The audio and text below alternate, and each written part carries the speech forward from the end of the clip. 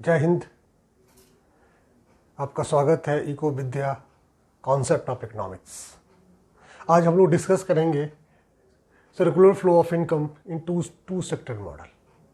Basically economy के अंदर 4 sectors होते हैं: households, private sectors, government sector and foreign sectors. But class 12th में 2 ही सेक्टर्स को पढ़ना है, यानी क्लोज इकोनॉमी को पढ़नी है, house hold sectors and form, that is a production sectors. ठीक है, एक फॉर्म के अंदर 3 types of sectors: primary sector, secondary sector and tertiary sectors, जो गुड्स एंड सर्विसेज को प्रोड्यूस करते हैं। बेसिकली क्या है कि इनकम कैलकुलेट करनी है, तो आखिर इनकम कहाँ कैलकुलेट करनी होगी, कैसे कैलकुलेट करनी होगी, किस जगह से, किस ऐसा कोई पॉइंट मिल जाए जहाँ पे कोई मीटर इंस्टॉल कर दिया जाए। जैसे कि आपके घर में इलेक्ट्रिसिटी आती है, तो उसके लिए क्या है कि एक मीटर लगा हुआ है। उस मीटर के बाद जो भी कंजम्पशन होता है उस मीटर पे उसकी रीडिंग आती है और डिपार्टमेंट आपको उसके अकॉर्डिंग कॉस्टिंग जो बिल है वो भेजता है।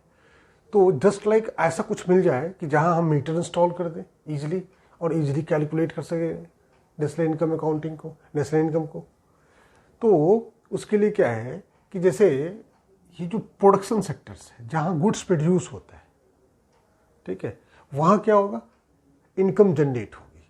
तो इनकम क्या है, ये factor income, all are the income, क्योंकि income factor income, it is a factor income payment by the form to the household. तो हाउस होल्ड के लिए क्या हुआ, ये फैक्टर इनकम। जब household as a factor service work करता है, ठीक है, वो इस जगह आके ग्रुपिंग होता है, ऑल द फैक्टर्स आके यहाँ पे ग्रुपिंग करते हैं और साथ में मिलके इकोनॉमिकल एक्टिविटीज को करते हैं।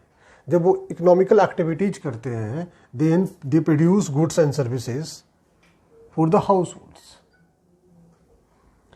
तो इसका मतलब ये हुआ कि फॉर्म जो है कि फॉर्म के अंदर क्या हुआ कि इनकम जनरेट होती है। जैसे प्राइमरी सेक्टर्स है, वहाँ पे क्या होता है, एक एग्रीकल्चर सेक्टर है, एक फार्मर है, वो एंटरप्रेन्योर भी है, या फिर उसने रेंट पे लैंड ले रखा है या खुद की लैंड है उसकी, वो लेबर को यूज़ करता है, एग्रीकल्चर लेबर्स एंड कैपिटल्स को यूज़ करता है, उसके थ्रू वो अपनी प्रोडक्शंस करता है, फूड, ग्रेन एंड डिफरेंट का। ऐसे ही जस्ट लाइक कोई मैन्युफैक्चरिंग कंपनी है, फैक्ट्री है, वहाँ पे एंटरप्रेन्योर्स हैं, लैंड बिल्डिंग्स हैं, एंड वो लेबर को यूज़ करके एंड कैपिटल के थ्रू वो गुड्स एंड सर्विसेज प्रोड्यूस करते हैं। अगर इसमें से एक 4 फैक्टर में से एक भी फैक्टर अगर मिसिंग हो जाएगी तो प्रोडक्शन पॉसिबल नहीं है। ठीक है, तो जस्ट लाइक इस केसेस में जब यहाँ से गुड्स एंड सर्विसेज प्रोड्यूस होता है, तो गुड्स एंड सर्विसेज प्रोड्यूस हो रहा है, ठीक है, तो यहाँ क्या हो रहा है, इनकम जनरेट हो रहा है। इस सेक्टर्स में इनकम जनरेट हो रही है। जनरेट होने के बाद जैसे सपोज कि कोई आईटी सेक्टर्स है, या जो आप यूज़ करते हो डेटा, ठीक है, डिफरेंट टेलीकॉम सेक्टर्स हैं इंडिया में, तो वो ऑल द फैक्टर को यूज़ करके सर्विसेज प्रोड्यूस करते हैं, टेलीकॉम सर्विसेज। वो उस टेलीकॉम सर्विसेज को हम लोग यूज़ कर रहे हैं, मैं और आप उसी टेलीकॉम उसी के थ्रू कनेक्ट होने वाले हैं, कनेक्ट हो रहे हैं, तो उसको यूज़ करते हैं। तो उसको यूज़ करने के लिए वो कुछ पे करते हैं, that is a consumption of house hold. ये कंजम्पशन ऑफ हाउस होल्ड उसी टेलीकॉम कंपनी को ट्रांसफ़र होती है। जो पेमेंट हम करते हैं उनके सर्विसेज के लिए, उसको वो ट्रांसफ़र हो रही है। अब ये क्या हो गया, आपने क्लास 11th में पढ़ा होगा, it is a revenue of form. तो वो फॉर्म उस इनकम्स को डिस्ट्रीब्यूट करता है। तो यहाँ क्या हुआ, इनकम जनरेट हुई।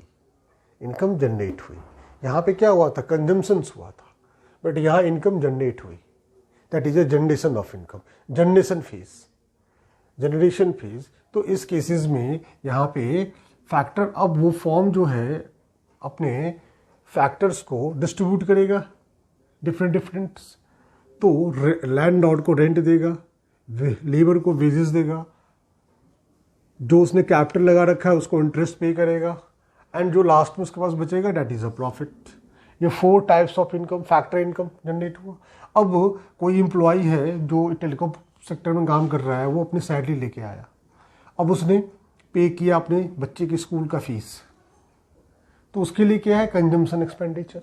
अब स्कूल का फीस पे होगा, स्कूल मैं काम करता हूँ सपोज किसी स्कूल में, तो स्कूल ने मुझे, स्कूल की भी इनकम हुई, उसने भी रेंट पे किया, जो वहाँ पे एम्प्लॉय काम कर रहे हैं उनको सैलरीज दिया, अगर उसने कैपिटल ले रखा है तो इंटरेस्ट पे किया अदरवाइज, और जो लास्ट पे बचा वो ऑर्गेनाइजेशन की प्रॉफिट हुई। अब मेरी इनकम हो गई यहाँ अगेन। अब इससे मैंने क्या किया, अगेन दूसरे सेक्टर में क्लॉथ्स परचेज करे, ठीक है, पेट्रोलियम्स को कंज्यूम किया, पेट्रोल्स मैंने तो फॉर्म हो गई। तो ये कंप्लीटली आप देखोगे कि ये जो फैक्टर इनकम है ये जनरेट हो रही है, डिस्ट्रीब्यूट हो रही है, और ये क्या हो गया, डिस्पोजिशन।